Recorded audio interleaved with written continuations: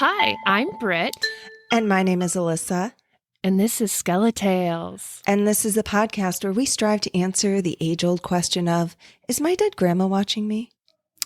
Alissa, I feel like we need to iron some things out with Grandma. Okay. So off air last week, you lectured me because you said when I was a little kid, I would do something shameful and Grandma was always watching me. And that was the question. Is she watching me do the naughty thing? Yes. But I have decided that it can't just be shameful things because Grandma does it all, right? So like she can be judgmental. Yes. She can shame, of course, but she can also do loving gestures too, show her affection. So I've decided that Grandma should have no constraints and that she is watching us. But and I have proof. You're always proposing that grandma's just fucking with me, and I don't know why. I don't know. I like... Oh, you want reasons why? Reasons? Okay. So, when you're driving and that gentle breeze touches your cheek, that's grandma. That's not funny. That's sweet. What? Blah. That's entertaining. Blah. That's more lovey-dovey, hocus pocus, whatever. Okay, I have too many sweet grandmas. No, you don't have any sweet grandmas. You just have very confusing ones. And I don't know why grandma would be doing that. And it's hard to respond to. When grandma is catching us doing something naughty, that makes more sense. That makes more sense. That is what I was always fearful of when grandma was watching me do naughty things. What I didn't account for was this whole grandma bit in the beginning turning into us admitting all the naughty things and weird ass things we've ever done in life. I know, and then being like, we have grandma. to widen the thing because I'm like, then I was started to think of all the things I'm shameful of, and I was like, I don't want people to know this shit. Do you remember back when I tried to cut the whole grandma bit all together?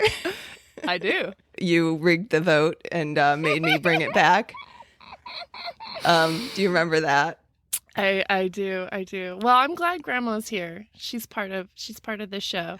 Of course she's part of the show. You know what she does? She's watching me edit out all your terrible grandmas. Yeah, that's what she's doing. She's like, I saw that, Alissa. I saw that when Britt starts talking about stinky pinkies and loves it and wants me to leave it in. And I'm like, nope. Yeah, Grandma gets a little raunchy. It's true. Deleted. That's what she sees. Well, okay. I have one for this week, but should this just be our grandma that we can now agree that grandma can be all the things and move forward? I don't know if we've agreed on this. Okay, how about grandma can be all the things for me, and then you can dish out all the things you're shameful about that grandma's watching when you talk about grandma. I'm so excited to hear those. Wait, so do you have a grandma bit today? I do have one. Okay, I was thinking about it. I'm gonna rate it on the 1 to 10. No, this isn't fair. Okay, but I'll allow it. Okay. Do you know when you get a hair stuck in your shirt and it's like tickling under your arms, and then it's kind of like moving in your shirt, and so you're having to like look down and like feel around and pull your shirt, and you find the hair and you're like, yes, I got it. And grandma's like, yes, she finally checked that wrinkle out of her shirt, found that stain that was on her shirt. She's just checking you out, making sure that you're looking at your wardrobe. Maybe you haven't changed your shirt in 3 days. And she's like, girl, okay, throw that hair in there so that you know that you're filthy and need to change. There's my shame. Well, how about... And a grandma. How about... Okay, so grandma has a reason. She's thrown a hair in there to make you change your clothes. Okay. How about reframe it? Okay. Be like, okay, so Britt, you know when you're out of laundry, all right? You just haven't done your laundry and your underwear, you're just like, you know what? If I flip this inside out, good as new. Slip on those undies for another go around. Yeah. Grandma saw it. The stink on the outside. Grandma saw that. She's watching. Damn, our grandmas are doing different shit, aren't they? Yeah, my grandma cuts to the chase. Yours is real, like it's like a math problem you got to solve. Oh, this hair was here, so I have to change my shirt because grandma saw me. Yeah. All right. All right. Flip So those what? shirt I got a clothes in. 2.5 on my grandma. You know what? I'll give your grandma like an 8 and a 0.7. That Oh, was a damn. pretty good one. I'm That's a so- pretty good one. All You're right. good. All right. Yeah. So I just reframe it. Anything you want to say, okay, you got to think of something real bad that you could be doing. All right. All right. Just and then make it up. grandma's just watching us. Hypothetically speaking, Everyone knows there's no hypothetical. Alyssa, do we always talk about shaming grandmas in dirty underwear? No, Britt, we don't just talk about dirty underwear and dead grandmas. We talk about true tales of the strange, unusual, and paranormal. I've got some stories tonight. Do you have any stories tonight? Oh, heck yeah, I do. Do you want do you want to go first? I will. I'll go first. Okay. Remember last week I told the story from my friend Elizabeth about the witch needles in her house? Yes. That's a very abbreviated version. Okay. The witch needles. If that doesn't hook people, I don't know what will. Yeah. Go back and listen to that one. She told me another story when I was hanging out with her, but I didn't have time to tell it last week, so I'm going to tell it tonight. God, I need to settle in. I need some hot cocoa. That's right. Some hot toto. 'Tis the season for some ghosties. Elizabeth tells a story of when she was 16. So this happened 2 years after the witch incident. When she was 16, her grandma, her mom's mom, was hit by a drunk driver. Now, her grandparents lived about 10 minutes away. So when they got the news, her and her mom went to the hospital with her grandfather. They get there, and a short time later, her grandmother passes away. Oh, no. When Elizabeth arrived home from the hospital with her parents, she decided she wanted to sleep in her parents' room that night. So she got her mattress and she pulled it into her parents' room to sleep in there. She decided to go to bed before her parents, so she's laying there in the dark, alone in the room, and she's facing towards her parents' bed when she feels her hair being moved. So she turns her head to see what was there, and she saw her grandmother's face for just a moment, and then it went away. So that same night, well, I should go back. So one of the things her grandmother was really fond of was ladybugs. She loved them. She collected anything with them on it. And her little sister, Hannah, remember her? I remember Floppy Floppy neck. Floppy baby had Hannah. Yep. Well, she's 2 now, and she has this little tricycle with a light-up ladybug that plays music, lights up and plays music. That night, the ladybug kept playing music over and over again, completely unprompted.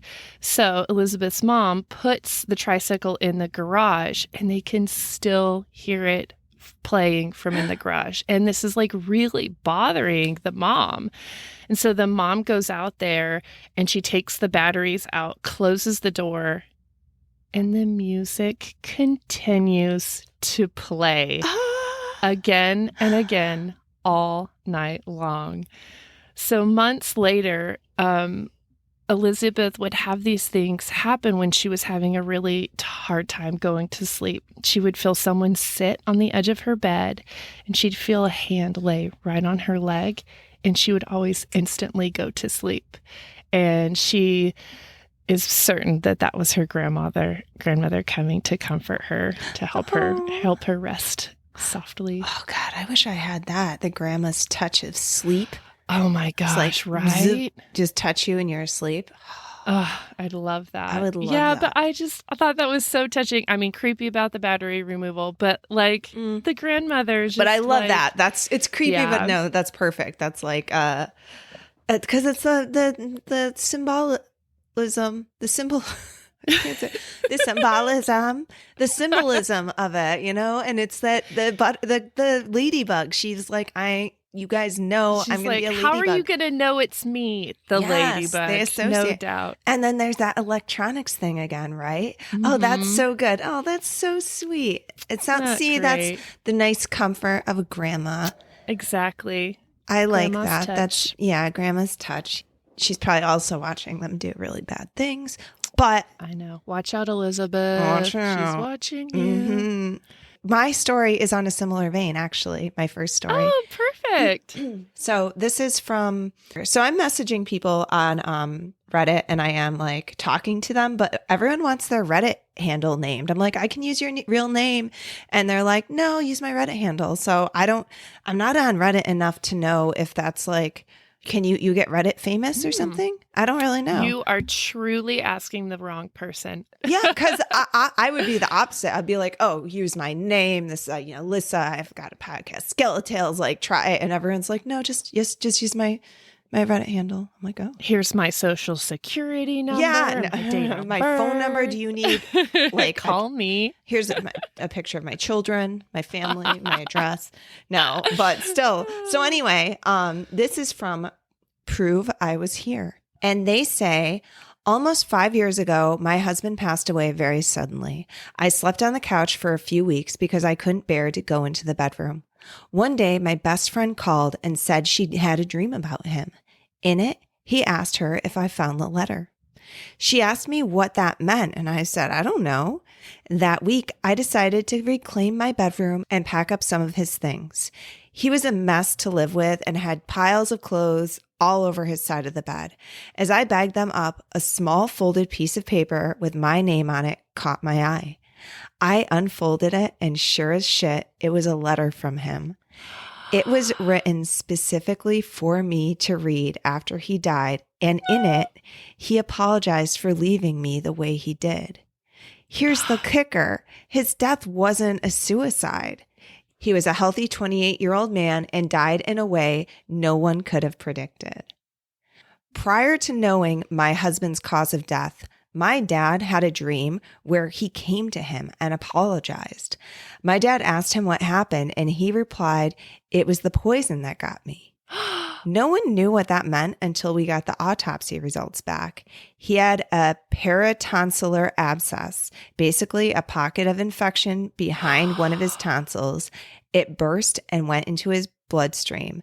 The official cause of death was sepsis, also known as blood poisoning. Holy shit.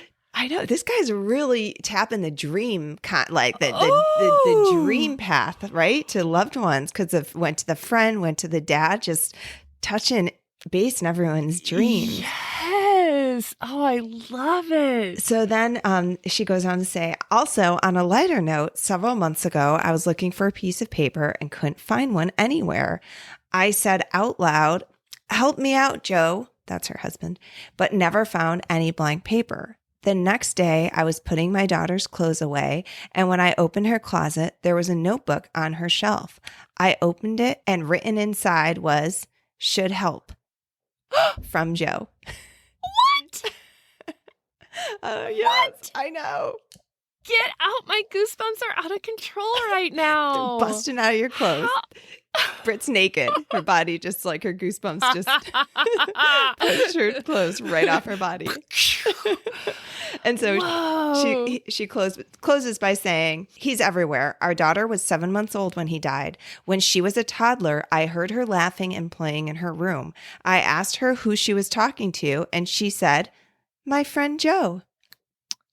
Oh my God, that's not your friend, that's your daddy. Oh my God, it's so good. Isn't it? So that was I Was Here's stories about her husband who passed and just signs from the afterlife. Beautiful. Love it. Yes. I love a sign from the afterlife. It's great. Dreams and notes are so helpful from loved ones who have passed. Everyone take note. Yes. Take note. And then put it in a safe spot. And then when you die, someone will find that note and be like, yes. Oh my God. That's an excellent idea. I didn't even think about that. I should. Plan That's ahead. The lesson I should be taking from this. No, but then I feel like if I start leaving notes, I'm going to die. I don't want to bring it upon myself. Oh, yeah. I have the notebook right here. I almost wrote a note and then I'm like, wait a minute. No. Let's just leave that blank. Notes for death. No. Yeah. All right. This story comes from someone we'll call Mel. When I was a kid, we moved into an old house in the town my dad grew up in. The previous owners of the house were a nice older couple who'd passed away. Oh my gosh, I had a theme and didn't even realize it. All right, here we go. I remember in the kitchen, there was a yellow rotary phone hanging on the wall. The cord was long enough to use around the kitchen. Did y'all have one of those when you were a little kid? Where it was super long cord from the kitchen and you could go in the living room and walk around in the kitchen because it was so long. No, we were too poor to afford one of those fancy long cords. Stuck standing right next to the wall. I was envious of those of who did, though. I know what you're talking about. So shortly after moving in, I remember one day coming in and putting my bags down in the kitchen when the phone rang. I picked it up and said, "Hello." I could hear someone from far away on a statically line say something. I moved the cord thinking it was the line. And finally I said, "Sorry, I can't hear you. Will you please call back for a better connection?" And then I hung up. About a week later, I heard the phone ring. My family was all watching TV together, and my brother jumped up to answer it. I hear him say, "Please call back on the other line." And then my brother walks back in and says, "You know, if you're going to spend the money on a second line, you'd probably want to make sure that it works." And my dad laughs, and my mom asks what he's talking about. I told her, "Yeah, the kitchen line." Still confused, she looks over to my dad. My sister chimes in saying, "They're right. The person sounds far away and staticky." When I answered, it sounded like an old lady, but I couldn't tell what she wanted. My mom, a little irritated, said that she didn't like us trying to make her feel crazy. Then my dad informed us that the phone in the kitchen was not connected. So my brother, sister, and I run into the kitchen and lift the phone off the wall, and there was a big hole, and the phone had its wires cut. I pick up the receiver, and it was silent. Oh my God, I love that so much. That is freaky. Now I'm naked. I'm naked. All my goosebumps came out. My clothes flew off. Oh no. Oh my God. That's so freaky. I was like having trouble. I was like, a second line. I was trying to add this all. That's not where I thought it was going. Oh my gosh. I love that. So the old lady was calling them, but that's also like, that reminds me of the movie Poltergeist or something, because it's only the kids who are like getting these weird phone calls. And it's like she's trying to say something, but it's too static. I can't hear you. Oh my gosh. Haunted phone. That was it. That was the story. That was it. We don't know. Oh my God. Oh, I love that. That is so freaky. I would run right out of the house. I don't think I would. I know. Anytime the phone rang after that, I'd be like, I'm not answering it. Not me. No, not it. Okay. So my next story, actually, Britt, we got like a vibe going. I don't know what's happening here. Is it about telephones? It is. My first one is about a telephone, actually. It is about a phone call. So this one is from Pilot Knob, and they say that they've had 3 things that have happened to them that they can't explain.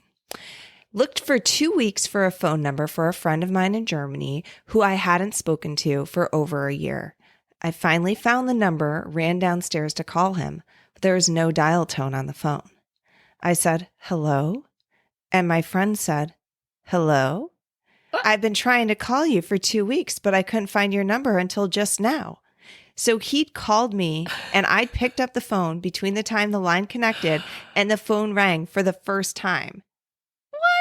So he was looking for his friend, hadn't talked to him in over a year. At the moment he finally found the number, went down to call him, that same friend was calling him to the point the phone hadn't even rung. And he just picked up. Okay. What are the chances? He says, "Someone figure the odds out on this one for me." So Skella team, get on it. We'll see if we can get back to them on that. The next thing that happened was we were in Maui for about 2 weeks. During that time, we drove down to Hana, just driving around and exploring. We found an avocado tree, which was dropping fruit everywhere, including on the road. We picked up about a dozen of them and ate them as we went along our travels.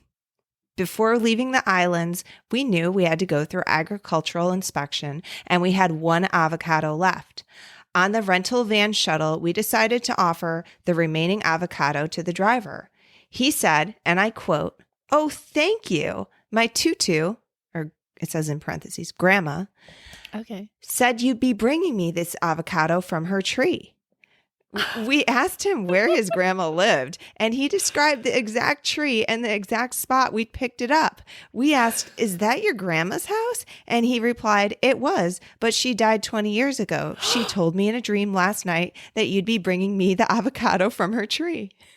Get the shit out. What? He's like, how the hell do I explain that? I'm a skeptic, but this shit is just beyond me. Right? Yeah. I love that. And the guy was ready for it. Maybe the driver was just fucking with him a little bit. Although he explained the exact tree. He told them the exact spot. How would he know that? That'd be such a weird response to have at the ready. Like, I'm going to fuck them. Like, he gets avocados all the time. Oh, another tourist dumping his avocado on me. How can I blow his mind? No. There's like one avocado tree. Right? I mean. No, that's incredible, though. Okay. So then, they go on to say, I grew up on a farm 10 miles west of the middle of nowhere, northern Wisconsin. A flatbed truck from the 1930s in pristine condition pulled on the yard. A gentleman in vintage 1930s garb hopped out of the cab and frantically said, they're from Wisconsin. Okay. Wisconsin and from the 30s. And from, wait, what does a 30 person sound like? They talk about this, hey? And yeah, like that. But then now throw Wisconsin. And then, oh boy, I don't know if I can do this all. Yes. The mail lady just crashed into the bridge down by the road and she needs help. I ran inside, called 911, then took my ATV down to the bridge. Sure enough, the mail lady was pinned inside her Chrysler K car, which had crumpled up like tissue paper. I learned the power of adrenaline as I had the strength to rip the driver's seat, which was pinning her legs, right off the tracks. Once the paramedics got there, I went back to the farm. I asked everyone if they'd seen the flatbed, but no one had. And my grandpa finally told me, "Oh, that sounds like old Bill. He died in a flatbed truck when he crashed in that exact same spot about 50 years ago." Shit. He described Bill down to the ratty old hat, suspenders, and pinstriped shirt. Mm-hmm. Wow. Yes, yeah. Bill. Yes, Bill. So for a skeptic, Pilot Knob sure has had some strange and unusual experiences that have stayed with him. It's amazing. Okay, you've got one more. Everything is connected. You know what? Let's just see how we can connect this one. Okay, let's see. This comes from Autumn. She says, back when I was 17, I worked at a movie theater. I would work long hours and sometimes wouldn't come home until 1 or 2 in the morning. I got off work one night around 12:30 in the morning and was driving through a pretty well-known area. I saw flashing lights up ahead of me and began to slow down. As I approached the emergency vehicles, I looked over to see what was happening. I saw a woman, maybe a little older than I was, and there was a bike covered in blood. And her face, I can remember the expression to this day. Her mouth was open like she was screaming, but her eyes were pitch black like they were gone. As the light turned green, the paramedics were putting her into a bag. I called my mom sobbing, and for weeks we tracked the news and nothing was ever posted. We contacted the paramedics and were told that nothing even close to a bike accident had happened. The image is burned into my mind, but it's like the accident never even happened. It tore me apart for months trying to figure out what happened or what it meant. She didn't look like anyone I knew, but it scared me for years. Weird. So there's this whole phenomena of people thinking they got in an accident worse than the accident that they were in. Like that, okay, you got into a fender bender, but at some point later, they're like almost awakening from this other reality where they're like, how the fuck am I here? We all just flipped over, went off this cliff, and everybody died in this car but me, and like freaking out. Like I read one of those that this guy. Wait, what do you mean? It's called, it has a name. Someone was even like, this has a name that it's. So they just think it's a fender bender, but really like it's an insane. Oh, the other way around. Other way around. They get into some people remember the same accident. So there's several people in a car, maybe. One of them is like, oh yeah, we went off the road. The cops showed up. We were fine. We got to our destination. And then my buddy who was driving starts freaking out, screaming, no, no, no. We all just died. We flipped. Like I was the only survivor. You all died. How are you here? Like having like awakening from an alternate reality, essentially, like a diverging timeline. And there's several stories of this where people are like, I got in a really bad accident. I died. And then all of a sudden I woke up and it was like, I never died, but I know that happened. Like I got in an accident. They just thought it was like way worse. It's like, yes, it's like, yeah, the timelines are like different experiences on each timeline or something. Yes, I love that. I love like a diversion of a timeline. Those sorts of like glitches in the Matrix. Okay, I'm going to tell one more story because this was very brief, right? Do you have any more stories? No, go for it. I think I've got one more and it's along these lines anyway, so I'm going to just go for it. Okay. So this one is from McCanna McDonald. And they say, outside my apartment window, there's a street in the near distance with a pretty little house that stands out amidst. I can't say that word. Amidst. Amidst. Among us. Wait, spell it. It's a very normal word. AMIDST. Amidst. I can't. Amidst. No, I don't know how to say it. Amidst. There's a stranger among us. Amidst. Amidst. Did that word ever exist? I think that word just got invented right now. Oh my God. It just, a glitch in the time space. I don't think amidst. Yeah, there you go. Amidst us. Amidst. I think I read that word much more than I say it. Okay. Whoo. So there's a pretty little house that stands out amidst the sea of unremarkable buildings. A house that's a very distinct, vivid, gorgeous yellow. The yellow you see in old Technicolor movies. The yellow of the yellow brick road in The Wizard of Oz. One day, I decided to walk down that street that the yellow house is on to get a closer look, only to see a vacant lot where it once was. But when I got back to my apartment and looked out the window, the yellow house was still there in the exact same spot as the vacant lot. I was very intrigued by this phenomenon, which had to be some sort of optical illusion. Perhaps another street coincidentally had nearly identical buildings and I had been misled down the wrong street, or perhaps the yellow house was actually on a street behind the vacant lot and only appeared to be built on the same street as the other buildings. On a different day, I thoroughly checked all the streets in the general area, only to find nothing. And, of course, when I got back to my apartment and looked out the window, there it was, yet again, a vivid yellow house that somehow only existed when I viewed from my window. My final conclusion was that it was literally some trick of the light. Perhaps it was a house with some kind of pearlescent paint that only appeared as bright yellow when viewed from certain angles, such as the angle from my apartment window. I wasn't entirely satisfied with that explanation, but it seemed plausible enough, so I left it at that. Until several years later, I happened to be walking down the street with the vacant lot, only to see it was no longer vacant. Construction was starting on a new building. I became worried that this new building would block the non-existent yellow house from my view, and it would then become truly non-existent, at least as far as I would ever be able to tell. The prettiest building I could see would be gone from the view, and the mystery would never be solved. But my fears were unfounded. The construction site wasn't visible from my window. The yellow house still appeared to somehow be in the exact same place the construction site actually was. I made a mental note to check on the progress of the construction site.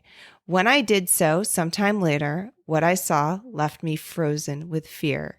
Was I in a coma?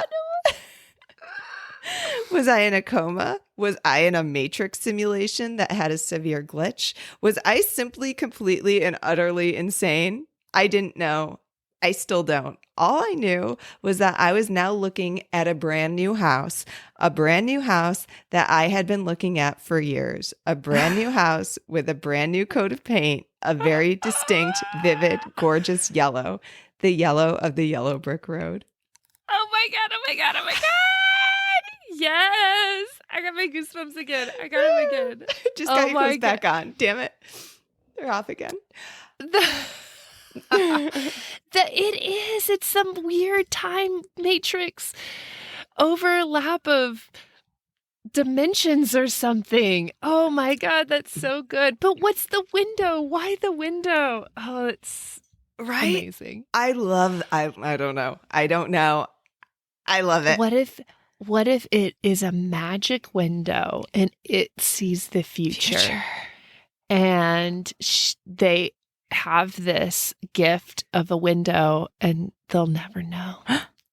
All that they were gifted was a house, but they could like take the window out, carry it around and see future things happening all the time. Oh my God, you can make glasses out of it. Take the window out rather than carrying around a whole big ass window. That would make so much more sense. You could probably make glasses out of it and then be able to see the future from your glasses everywhere you go. Yes. All right. Solved. That is amazing. Future glasses in the works. That's so cool. And I love that they were like, well, that's just how it is. I can only see it from my window. Weird. Whereas I would be like taking photos and investigating and like getting a magnifying glass. Like, what is happening here? I would show everyone who came over. I'd be like, look, do you see the yellow house? Go find that yellow house. But I think I would probably be like, yeah, it's a trick of the eye or something. Or like they did. I would rationalize it. I would be like, it must be something. Like, I feel like lately when I've been walking the kids to the bus stop, at the end of the bus stop, there's like a rhododendron and then a dead rose plant. And every time I keep thinking it's a person standing there, like every time. But that sort of thing, like you see something that doesn't add up and then there is an explanation. There wasn't an explanation for this. And except like that it's the future window. Oh my God, so good. One of these days you're going to be walking to the bus stop and piss your pants because somebody will have cut that bush down and it actually will be a person standing there and they're going to be like, hey. Have I told you about the scary fairy that's been floating around our neighborhood? Did I mention this on the podcast? When I was there in the summer, you had said, I don't know who this belongs to, but it keeps showing up. So there is a fairy that is a statue that has red eyes. It's like a garden statue. It's a tacky garden statue with flowers. It's like 3 feet tall. It's very heavy. It's pretty big. Yeah, it's pretty big. And someone painted the eyeballs red. And then it says that it's the scary fairy on the back of it or something. And so the idea is, I don't even fucking know. Someone dumped this fairy. And so now the game is moving it and floating and passing it to someone else in the neighborhood. And so you've got to pass it. You can't do it easily. It's not like you can just because it's heavy. It's like really heavy. So it had been in our next door neighbor's yard for like months now, like 3 months. And we got this Yeti for Christmas for our decorations. I got this like 12-foot the abominable snowman from the Rudolph the Red-Nosed Reindeer show. That's awesome. Is it an inflatable? It's an inflatable, huge 12-foot bumble. Like it's huge. I'm not exaggerating. That's 12 feet. It was much harder to set up than I thought. It was kind of like floating away. I had to pin it down. The old lady neighbor was watching me laughing the whole time because it was like such a big, like it's a lot to handle. So I finally got it all set up in our front yard. I had to put these like tie down stakes and shit in there. Okay. And so I'm like, perfect. Go to bed, wake up the next morning, and the fucking bumble is like face down in the yard. I was like, fuck, what the heck happened? What happened? Did the wind blow it over or something? Or I'm thinking maybe that must be it. So I go over to stand it back up, and I'm realizing that the tie downs, the tent strings are like, one is pulled out and then one was broken clean in half. And I'm like, what the fuck happened? I'm like, was it windy last night? Did a rat like chew this apart? How did this like break right in the middle? And as I'm trying to tie it back together, I'm looking at the strings, and then my eyes land right behind the bumble is a scary fairy. Oh, damn. She done it. Well, someone ate shit. I was like, oh my God. And then I like Sherlock Holmes the whole thing. I'm like, oh, someone freaking moved the scary fairy, did not see this tie down. Yes. Freaking tripped over it, ate shit, broke the strap. And that's the karma of the scary You're fairy. going to know who's got like a busted lip or a black eye. I was like, I know exactly who it is. But now I'm just like, so damn it. Now I got this ugly ass fairy in my yard. I got to go dump in someone else's yard. Put a Santa hat on it. Make it festive. I don't think my friend listens to this podcast that I'll be watching their cat soon. So they're going to end up with a scary fairy in their living room is what's going to happen. In the living room. You need to embellish on the scary fairy, though. Someone added the red eyes. I think you need to add to it. That was the whole idea, I think. Maybe. Okay, we'll see what else I can add. We'll see. I'm looking for it. All right. I want to follow this story. Mitch actually threw it in the trash can, and then it ended up elsewhere. Someone took it out of our trash can and saved it from the trash can and put it somewhere else because Mitch was trying to be a fun killer, I guess. Flying around. It's not fun anymore. Anyway, so I don't know how I ended up talking about that. I forgot. People eating Christmas. Eating shit. I don't know. I loved it. I'm glad you told it. Okay. Anyway. So do you have any more stories, or is that it for today? I think that's it. I mean, I do have a story in my pocket that I'm going to share that my niece told me. Suspense. This is our cliffhanger. Oh, didn't you do this last week too? Oh, did I? I don't think you have a story. Oh, I had a birthday present for you, Britt.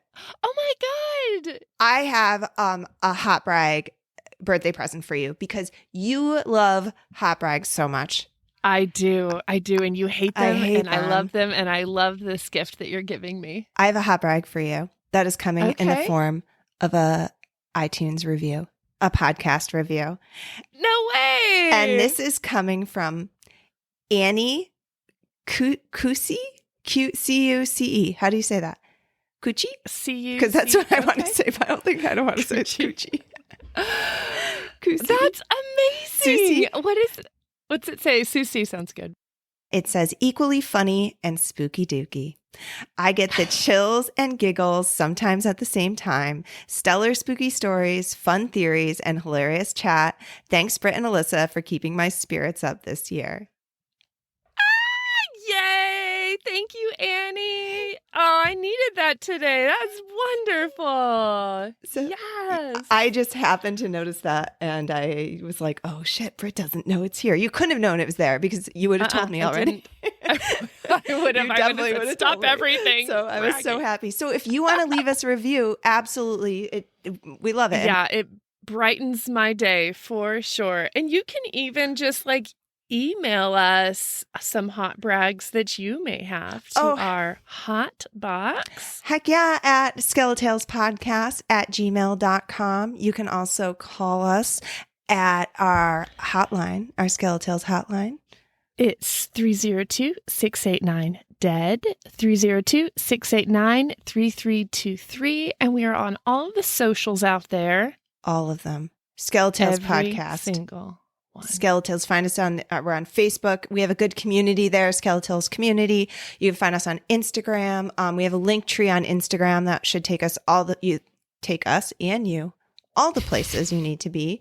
And tell a friend, share the podcast, let everyone know, and write us a story. We want more stories. Oh, even if you think, oh, this is silly, it's not worth sharing. It is worth sharing. We love to hear it. We cannot get enough. Yeah. And I cannot emphasize that enough. Or even a compilation of short stories. It doesn't even have to be one long story. If you have a few things, even just one little thing, it doesn't matter. Or just drop us a line. We always love to hear from everyone. It makes us happy. Absolutely. Absolutely. Oh, shit. Brett. Alissa. Oh, yeah, Brett, what's up? There's one thing I have to tell you before we finish. No, that's fine. What's up? Hunt y'all later. Hunt you later. Good night.